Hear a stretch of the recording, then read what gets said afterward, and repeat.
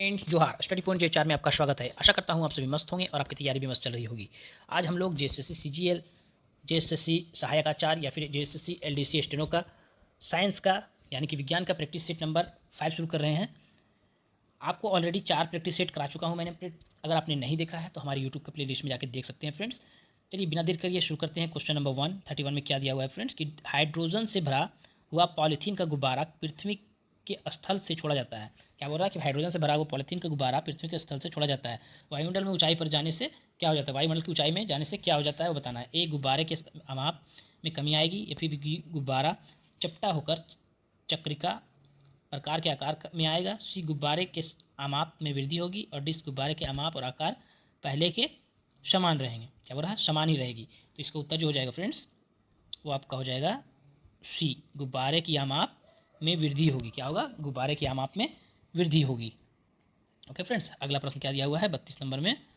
32 में दिया हुआ है फ्रेंड्स कि नीचे दिए गए शब्दों का मिलान करें। क्या मिलान करना है, प्रतिरोध, विद्युत प्रवाह, सी बल पावर, बल और डी पावर।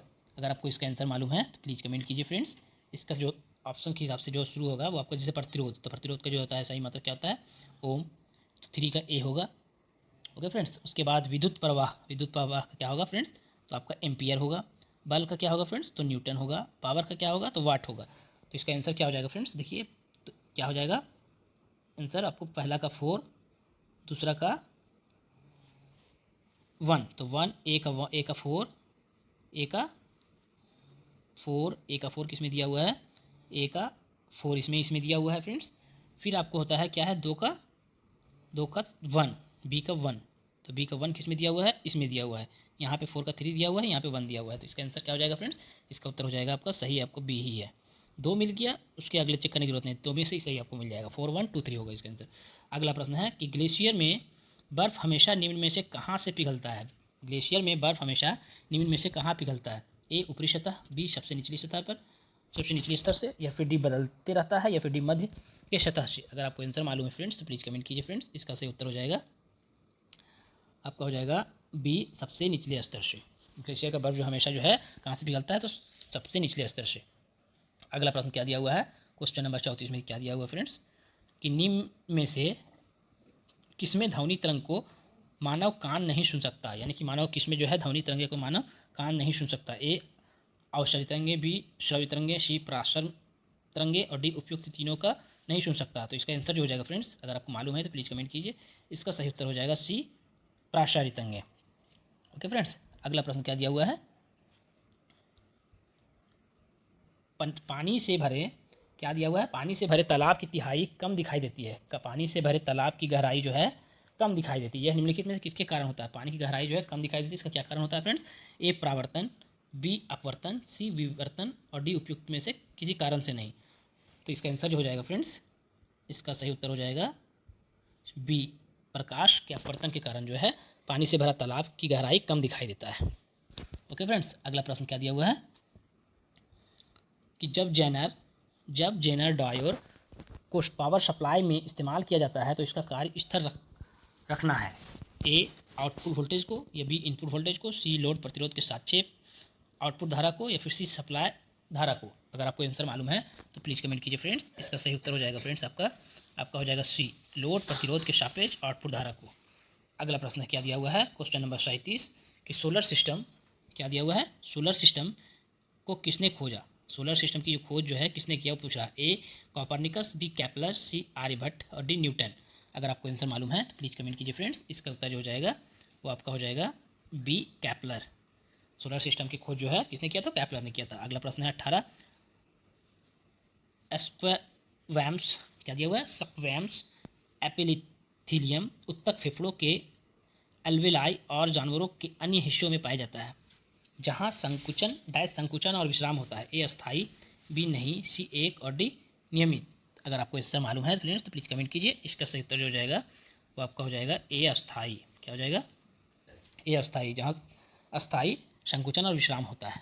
अगला प्रश्न दिया हुआ है 39 नंबर कि जीवों में, क्या दिया हुआ है, जीवों में प्रोटीन निर्माण के लिए सूचना स्रोत क्या है। जीवों में प्रोटीन निर्माण के लिए सूचना स्रोत क्या है। ए, राइबोसोम, बी, केंद्रक, सी, डीएनए, और डी, गुणसूत्र। अगर आपको आंसर मालूम है फ्रेंड्स तो प्लीज़ कमेंट कीजिए। इसका सही उत्तर जो हो जाएगा वो आपका हो जाएगा सी डीएनए। क्या हो जाएगा? सी डीएनए। जीवों में प्रोटीन निर्माण के लिए सूचना का स्रोत क्या है? तो डीएनए है। अगला प्रश्न है 40 नंबर कि इनमें से किस प्रकार के अंगों की बुनियादी संरचना और उत्पत्ति समान होती है? इनमें से किस प्रकार के अंगों की बुनियादी संरचना और उत्पत्ति जो होता है समान होता है, किंतु उसके कार्य भिन्न होते हैं। उसके कार्य भिन्न होते हैं। ए समजात, बी समजातीय समरूप, सी विषमजातीय समरूप और डी समवृद्धि। अगर आपको आंसर मालूम है तो फिर कमेंट कीजिए। इसका सही उत्तर हो जाएगा ए समजात। क्या हो जाएगा?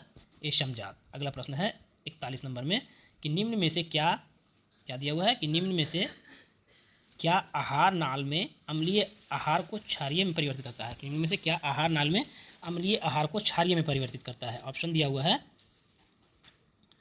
एक मिनट फ्रेंड्स, ए जठर रस, बी आंतरस, सी पित्तरस और डी आग्नेयशी रस। अगर आपको आंसर मालूम है तो प्लीज़ कमेंट कीजिए। इसका सही उत्तर जो हो जाएगा वो आपका हो जाएगा सी पित्तरस। क्या हो जाएगा? सी पित्तरस। अगला प्रश्न दिया हुआ है 42 नंबर में। क्या दिया हुआ है कि निम्नलिखित में से कौन सा मानव रक्त में मौजूद एक वर्णक है?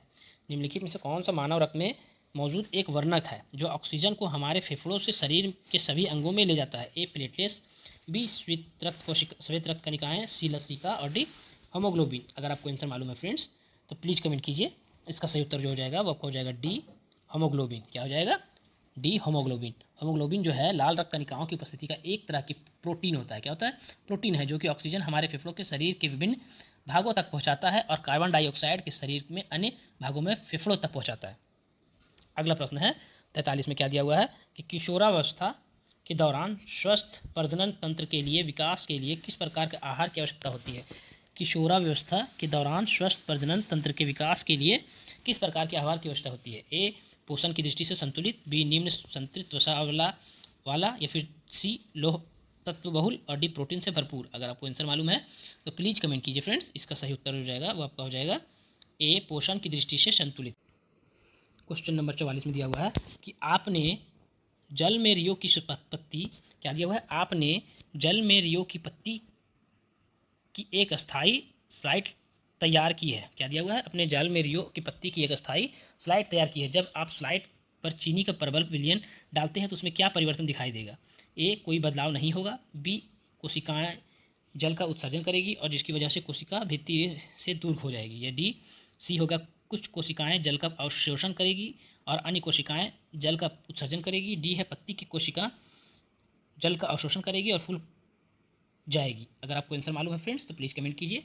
इसका उत्तर जो हो जाएगा आपका हो जाएगा बी। क्या हो जाएगा? आपका हो जाएगा बी कोशिकाओं के जल का उत्सर्जन करेगी जिसकी वजह से कोशिका भित्ति से दूर हो जाएगी। अगला प्रश्न क्या दिया हुआ है 45 नंबर कि लेड नाइट्रेट को जोरदार ढंग से गर्म करते समय। क्या दिया हुआ? लेड नाइट्रेट को जोरदार ढंग से गर्म करते समय निकलने वाली लाल भूरे रंग की गैस का नाम बताएं। A nitric oxide, B nitrogen dioxide, C dinitrogen oxide और डी नाइट्रोजन पेंटॉक्साइड। अगर आपको आंसर मालूम है तो प्लीज़ कमेंट कीजिए। इसका उत्तर जो हो जाएगा फ्रेंड्स वो आपका हो जाएगा नाइट्रोजन डाइऑक्साइड। किसमें दिया हुआ है? बी में, नाइट्रोजन डाइऑक्साइड। अगला प्रश्न है 46 नंबर। लोहा जो कि गुणों में कोबाल्ट और निकल जैसा होता है। क्या दिया हुआ है? लोहा जो गुणों में कोबाल्ट और निकल जैसा होता है को इन तत्वों से बहुत दूर रखा गया है। यह किसकी कमियों से एक था? वह किसकी कमियों में से एक था? ए आधुनिक आवर्त सारणी, बी न्यूक्लैंड के ऑप्टस नियम, सी डॉब्रिनर के त्रिक और डी मैंडलीफ के आवर्त सारणी। अगर आपको आंसर मालूम है तो प्लीज़ कमेंट कीजिए। इसका सही उत्तर जो हो जाएगा फ्रेंड्स वो आपका हो जाएगा बी न्यूक्लियस का ऑक्टस नियम। अगला प्रश्न है 47 नंबर कि तत्व जिनकी द्रव्यमान संख्या एक समान है। क्या दिया हुआ है? तत्व जिनकी द्रव्यमान संख्या एक समान है परंतु भिन्न परमाणु संख्या कहलाते हैं। क्या कहलाते हैं? ए आइसोटोन, बी आइसोबार, सी आइसोटॉप और डी हेलोजेंस। तो जिसका जो होता है द्रव्यमान संख्या एक समान और जो है परमाणु संख्या भिन्न होता है उसको हम लोग क्या कहते हैं फ्रेंड्स? तो उसको कहेंगे हम लोग बी आइसोबार। क्या कहेंगे? आइसोबार, बी आइसोबार कहेंगे। अगला प्रश्न है कि समुद्र के पानी के अवलीकरण के लिए इस्तेमाल किए जाने वाले तकनीकी में से एक है। समुद्र के पानी में अवलवीनीकरण है। क्या अवलवीनीकरण के इस्तेमाल किए जाने वाली तकनीकी में से एक है निष्पंदन, बी आशवन, सी वाष्पीकरण और डी संघनन। अगर आपको आंसर मालूम है फ्रेंड्स तो प्लीज़ कमेंट कीजिए। इसका सही उत्तर जो हो जाएगा वो आपका हो जाएगा बी आश्वन, क्या हो जाएगा? आश्वन। अगला प्रश्न है कि निम्न में से किस तत्व के आणविक रूप में परमाणु की संख्या अधिकतम होती है? निम्न में से किस तत्व का आणविक रूप में परमाणु संख्या अधिकतम होती है? तो किसमें परमाणु संख्या जो है अधिकतम होती है? A P, B N E, C I R और डी एस। तो इसका जो नाम है फ्रेंड्स वही मालूम होगा आपको। इसका जो है होता है, क्या होता है? फास्फोरस। इसका जो होता है क्या होता है? सल्फर। इसको क्या कहते हैं हम लोग? आर्गन। और इसको क्या कहते हैं हम लोग? नियोन। तो इसमें किसका जो है परमाणु संख्या अधिकतम है फ्रेंड्स? अगर आपको मालूम है आंसर प्लीज़ कमेंट कीजिए। इसका सही उत्तर जो हो जाएगा वो आपका हो जाएगा एस, सल्फर। सल्फर का जो है परमाणु संख्या अधिक होता है। कितना होता है? तो इसका जो परमाणु संख्या होगा वो आपका 8 होता है, शायद 8 होता है। आणविक संख्या जो है इसका 8 होता है फ्रेंड्स। कितना होता है? 8 होता है। और जो है फास्फोरस का जो होता है वो इसका परमाणु संख्या होता है 4 होता है फ्रेंड्स। कितना होता है? फास्फोरस का जो है 4 होता है। तथा आर्गन और नियोन जो है एक अकेली गैस है जो अपने परमाणविक अवस्था में ही स्वतंत्र अवस्था में रह सकते हैं। अगला प्रश्न है, तो इसका आंसर क्या हो जाएगा फ्रेंड्स? आपको बताया मैंने डी। ओके, 49 का आंसर हो जाएगा डी। इसका जो है परमाणु संख्या अधिकतम होती है। अगला प्रश्न है 50 नंबर में, क्या दिया हुआ है 50 कि निम्नलिखित में से कौन सा विषमांगी मिश्रण है? निम्नलिखित में से कौन सा विषमांगी मिश्रण है? ए पीतल, बी पानी में चीनी का घोल, सी वायु और डी दूध। अगर आपको आंसर मालूम है फ्रेंड्स तो प्लीज़ कमेंट कीजिए। इसका सही उत्तर हो जाएगा डी, दूध।